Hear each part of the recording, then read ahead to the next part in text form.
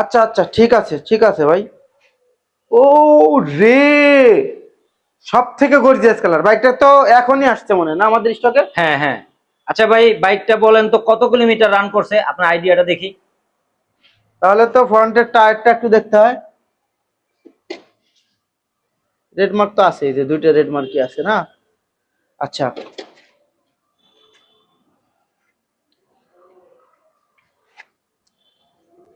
Engine কনফিগারেশনে মনে হচ্ছে 2000-এর আশেপাশে।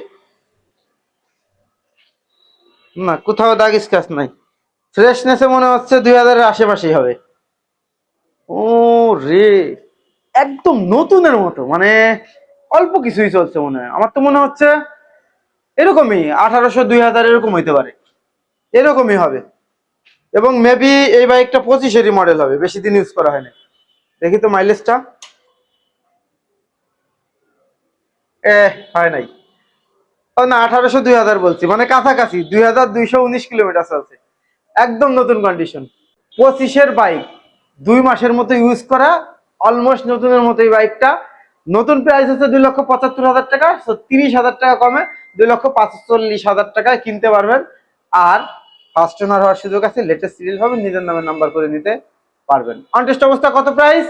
2,45,000, নয়তো বা 2,45,000।